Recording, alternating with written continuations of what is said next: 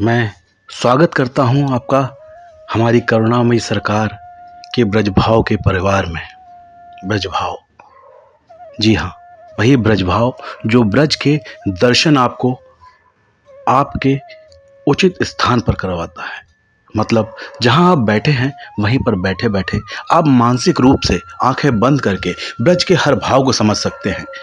उसके लिए ज़रूरी नहीं कोई पूजा की जाए, कोई अर्चना की जाए या फिर ब्रज में आया ही जाए। अगर आप कृष्ण को पुकारते हैं, हमारी राधा रानी को पुकारते हैं, हमारी ठकुरानी को पुकारते हैं, तो जहां आप हैं वहां वो आपके पास आ जाते हैं। तो चलिए दोस्तों, एक बार फिर हमेशा की तरह कुछ देर के लिए आंख बंद करके एक बार फिर चलते हैं ब्रज की यात्रा पर और जानते हैं ब्रज की एक और नई कहानी।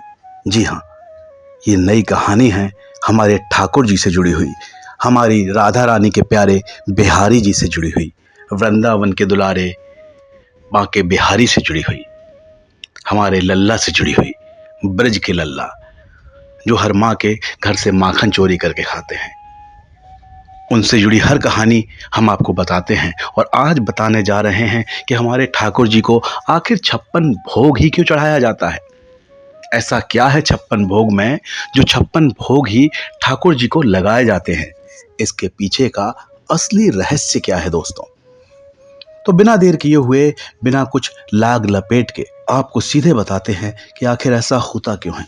तो दोस्तों, सबसे पहले अगर आप ये जानना चाहते हैं कि भगवान कृष्ण यानी कि हमारे बांके बिहारी को 56 भोग क्यों लगाए जाते हैं और इस 56 भोग के पीछे का रहस्य क्या है, तो दोस्तों सबसे पहले ये जान लीजिए कि हमारे ब्रज में कृष्ण की अष्टयाम सेवा होती है, यानी कि 8 पहर कृष्ण को लोग सेवा के भाव से समर्पित करते हैं। इसके पीछे कई रोचक कहानियां भी हैं, कई चीजें जुड़ी हुई हैं कि 56 भोग के पीछे की मान्यता क्या है। श्री कृष्ण क्यों 56 भोग पाकर ही सबसे ज्यादा प्रसन्न होते हैं। त्योहार हो या कोई पूजा, भगवान को लोग हमेशा भोग जरूर लगाते हैं। कोई मिठाई का भोग लगाता है तो कोई पंचामृत का, कुछ लोग घी, शक्कर या फल का भी भोग लगाते हैं। जो लोग घरों में ठाकुर जी की सेवा करते हैं, हमारी राधा रानी का नाम जपते हैं, वो नियमित तौर पर भोजन और भोग की सामग्री को तैयार करते हैं। अपने से पहले राधा रानी और ठाकुर जी को भोग अर्पित करते हैं। खास मौकों पर 56 भोग भी लगाया जाता है, क्योंकि माना जाता है कि भगवान को 56 प्रकार के भोग लगाने से वो बहुत प्रसन्न होते हैं। और जब ठाकुर जी 56 प्रकार के भोग देखकर प्रसन्न होते हैं तो हमारी राधा रानी खूब प्रसन्न होती हैं। इन्हीं सभी सवालों के पीछे जुड़ी है सब एक पौराणिक कथाएं, जिसमें सबसे प्रचलित है माँ यशोदा और कन्हैया के प्रेम की पगी हुई वो कथा, जिसमें ये मान्यता है कि माता यशोदा द्वापर युग में कान्हा को बचपन में एक दिन में 8 पहर भोजन कराती थी। यानी कृष्ण 8 पहर 8 बार दिन में भोजन करते थे। एक बार ब्रज में देवराज इंद्र को प्रसन्न करने के लिए पूजा की जा रही थी। कान्हा ने पूछ लिया, इंद्र को खुश करने के लिए उनकी पूजा क्यों? पानी बरसाना तो मेघों का काम है, बादलों का काम है, ऐसे में इंद्र की पूजा क्यों की जाती है? पूजा करनी है तो गोवर्धन पर्वत की करें, जो बिना किसी फल की इच्छा किए पूरे ब्रज के पशुओं के पेट को भरते हैं। बस फिर क्या है, इंद्र तो इंद्र हैं। कृष्ण के समझाने पर ब्रजवासियों ने भी देवराज की जगह गोवर्धन पर्वत की पूजा शुरू कर दी और इंद्र को नाराज होते हुए देर नहीं लगी। इंद्र इस कदर नाराज हुए और ब्रज में इस तरह बारिश शुरू कर दी कि प्रकोप और तांडव देखने को मिला दोस्तों। पूरा ब्रज डूबने लगा। ब्रजवासी ऐसे मौके पर कहां जाते, किससे मिलते?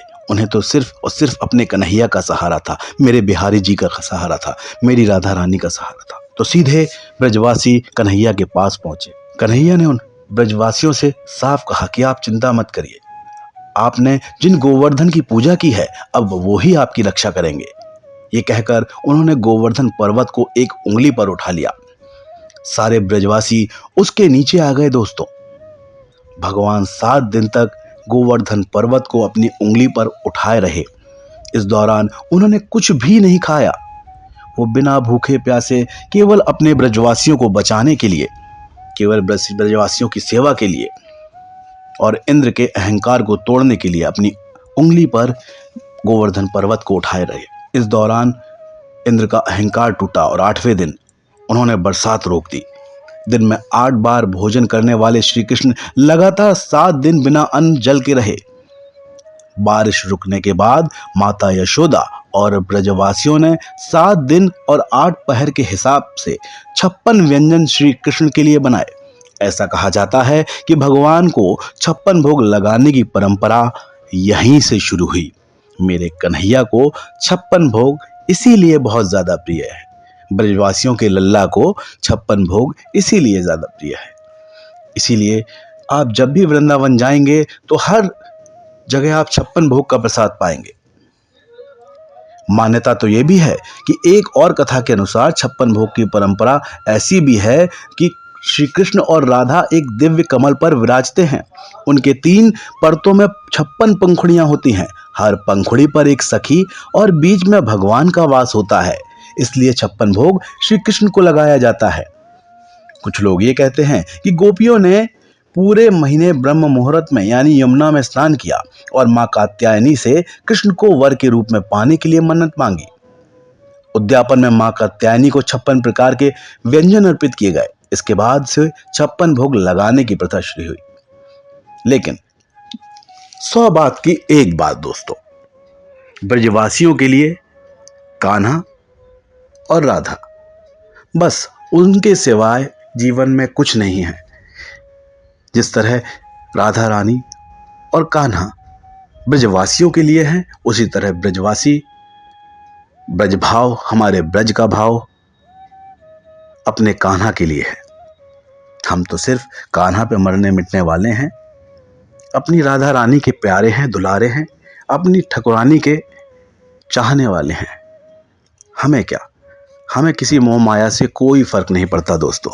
हमारे ब्रज में तो जब आप आते हैं तो आप देखेंगे यहाँ तो मैया भी जो है ना, हर घर में एक इंसान का एक्स्ट्रा, जिसे कहते हैं ना, अलग भोजन बनाती है। अगर आपके घर में 5 लोग हैं तो मैया 6 लोगों का भोजन बनाती हैं। क्यों?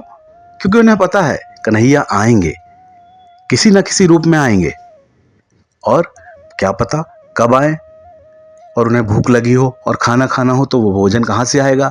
इसीलिए दोस्तों, कन्हैया के लिए मैया हमारी आज भी ब्रज की भोजन बनाती है प्रतिदिन। तो दोस्तों, आपको ब्रज का ये भाव कैसा लगा, और आपको कम से कम ये तो पता चल ही गया होगा कि ठाकुर जी को 56 भोग का प्रसाद क्यों लगाया जाते हैं। हमारे ब्रज भाव में हमारे ब्रजवासी क्यों ठाकुर जी को 56 भोग का ही प्रसाद लगाते हैं। तो आप इस बात को ध्यान रखिए और हमेशा कोशिश करिए कि सही बात और सही कर्म हमेशा करते रहें और सत्य के मार्ग पर चलते रहें। और ब्रज भाव और एक ब्रजवासी होने के नाते मैं तो केवल इतना कहूँगा कि जीवन में एक ही सूत्र वाक्य बना लीजिए, राधा राधा राधा राधा। राधा रानी को जपते रहिए, कन्हैया को जपते रहिए। आपको कहीं कुछ जाने की ज़रूरत नहीं। आप जैसे ही अपनी आंखें बंद करेंगे, अपने पास सब कुछ पाएंगे। क्योंकि जीवन में सच्चा सुख जो है वो आपकी आत्मा की संतुष्टि है, और वही आत्मा परमात्मा से मिलन है। तो आइए दोस्तों, जाते जाते एक बार फिर कहते जाइए, और दोबारा ज़रूर मिलने के बाद से हम कहेंगे सिर्फ राधे राधे राधे राधे राधे राधे राधे, श्री राधे, हमारी राधे, प्यारी राधे। जय श्री राधे।